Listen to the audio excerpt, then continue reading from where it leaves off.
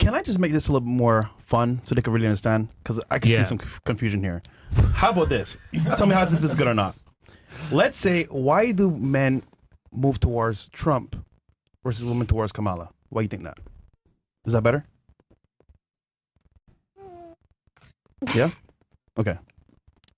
You know, I mean, it feels... First, that's sexist. Wait, it feels... It's fucking sexist. Make it simple, bro. Yeah, it feels too simplistic. You're trying to say that they can't handle a more complex question? You know what? Yeah. Girls, you're strong. You can handle this. You got this. Go ahead.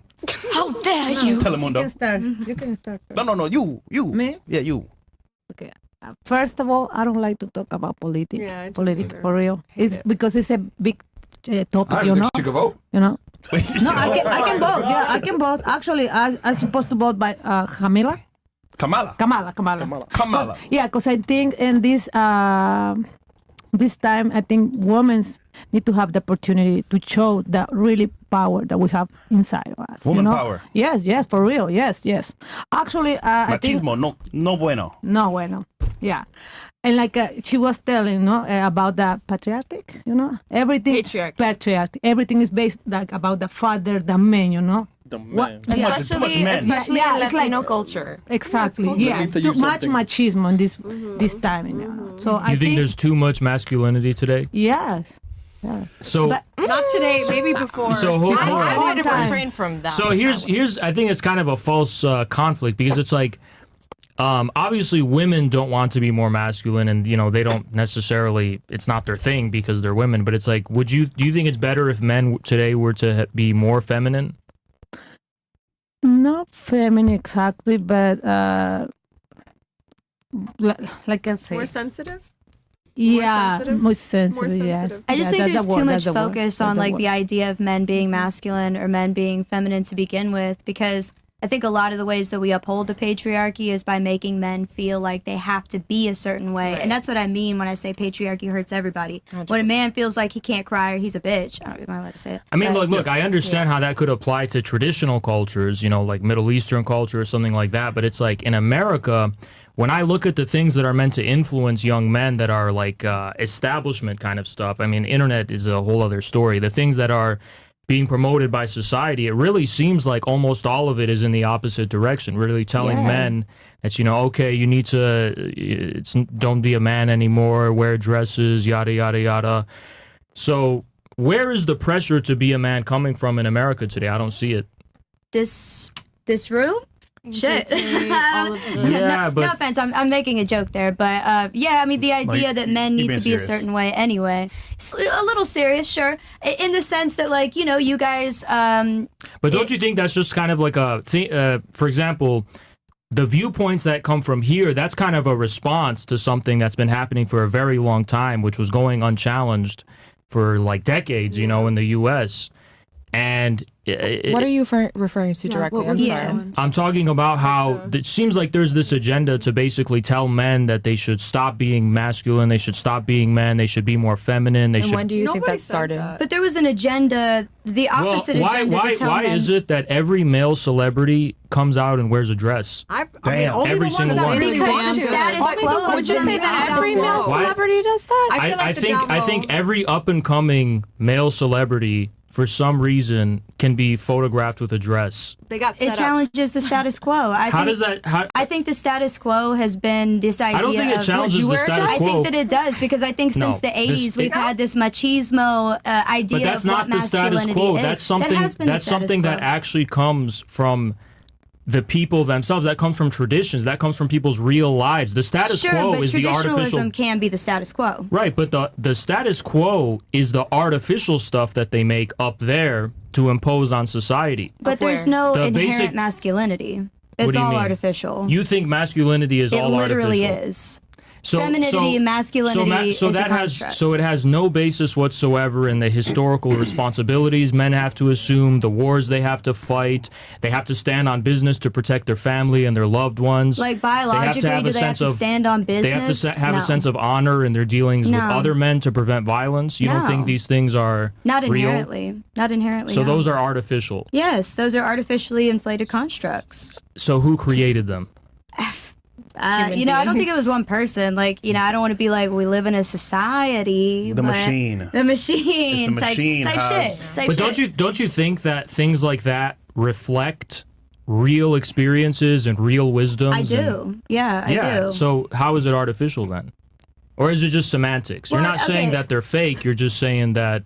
What? Artificial in the sense that, like I said, it's not inherent, it's not connected to biology, and if we wanted to, we could change it. And to your point, that's what our generation is doing. And there's guys no put on a dress science to question this idea of masculinity that we have and say it's not that you have to do this to be a man. You put a dress on and still be a man.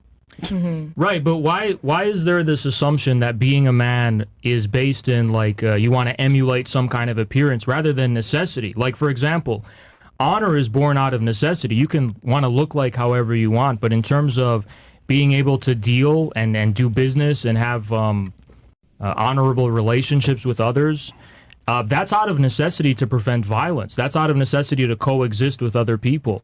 The need for men to protect is not something that's just because they want to look a certain way because from an 80s action movie.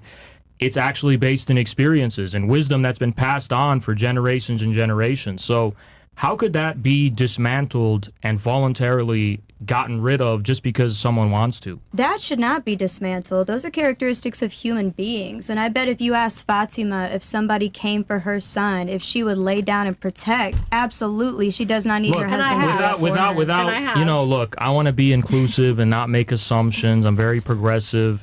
But I have a suspicion that if she came across a man in a fight, I don't No, go ahead. It's a little ridiculous. Like, you could hold your own against a man in a fight. I'll fuck the shit out I don't doubt you. Listen. What you're really trying to say. And my man fights with me. He's like, I'm the man. Like, when we have little tiffs, he's like, sit behind me. Look. Here's what you're trying to say. What you're trying to say is that you have the willingness out of love to protect your child. Look, that's exactly the problem. Just because you have the willingness and the intention doesn't mean you actually have the reality and the ability. And let me ask this to your point. If a man is coming down the alleyway, it's a man and his wife. What if the man is smaller than the woman? Should she not step up and stand on business and whoop some ass? I think that men are generally, regardless of their size, stronger. Like biologically, we do have a different. There's something different. They're bigger. We're smaller. There's a quote from an old friend of mine, Zherka, and he says a 14-year-old boy can beat up 90% of women on Earth. And there's truth to that. There's truth to that. You know, it's just an inherent difference in the ability to be how strong you are. You're right. Biologically, we are different. Like, I cannot hit as hard as my man. My man's a professional boxer. He will knock somebody out. I can't do punch. But if anyone gets me to the point, I really can't control myself to kind of want to do that. I do have this protective. I probably right, but you know, and that could be irrational, though. It definitely is irrational. I should not do that. Right. I should be quiet and probably let him do what he has to do. Yeah, but it's my biological, like, it's nature to me. Like, when you look in the wild. This is what I'm trying to say when I say. Why would it be irrational to protect your own child? No. It could be irrational to do it in vain, where there's 100% chance you're going to lose, and you're going to. What if you have a weapon to defend yourself and your child? Different in Miami, we could carry here. A weapon. We can carry in the United States, right? Yeah. Look, a weapon definitely changes things across the board. But for sure. At the end of the day, you know, fights are normal and they're part of life, and right? So if all fights are going to be settled with guns and weapons, but this is going right back to your honor question. Why would a man physically think that he needs, if he knows that he is biologically stronger than a woman, why would he feel the need to then assert his dominance and physical aggression on a woman who is not able to defend herself and then time being with a child? There is 100% dishonorable men. There's 100% bad men. But one thing I want to circle back to, why I pulled Fatima in earlier, was because the things that you listed earlier, you were just talking about the physical differences between men and women, but earlier the things that you listed that were inherent to patriarchy, to men anyways, like honor, protectiveness, those are things that we possess as women as well. Those are not inherent to masculinity. You have honor to your family, honor to your body. Women do have their own form of honor 100%, but I would just say that Masculine honor is also born of necessity, and it's different in nature. And it's true. Like women's honor, I think, is also born of necessity. It's about protecting their reputation. It's about making sure that, you know, nobody's going to be disrespecting them, talking about them badly. A lot of it more tends to focus on socially based, you know. And it's interesting that you say these things are born out of necessity, because I don't disagree with you. I think that, like I said, we're born into a system that is capitalistic, that is patriarchal, that we're fighting for our life. Like, we're doing what we got to do. So I don't disagree with you that men and women behave the way that they do out of necessity in reaction to their environment. I actually think that I think it's the opposite. I think capitalism is actually what has destroyed this traditional form of honor we're talking about for men and women. I think that's what she was saying. Capitalism was just an example of a system No, because you're saying it was born of necessity. No, I'm saying that we're born into that system. We're born into a capitalist system. So we don't get the option to, like, not participate in capitalism is what I meant. But what does that have to do with the because it was an example. We're born into systems that we don't get to control, such as patriarchy and such as capitalism. Do you think capitalism upholds patriarchy? Yes, and vice versa. Well, that's the problem. Because they're both rooted in exploitation. But, well, the problem is that how can that be when capitalism, through, for example, promoting the sex industry, totally devastates and destroys traditional family relationships? Well, the reason why she said that was because they simultaneously help each other. It's not saying that they're but I'm saying directly related, they're indirectly related. They don't help each other indirectly or directly. What ends up happening is that capitalism completely devastates traditional values between men and women.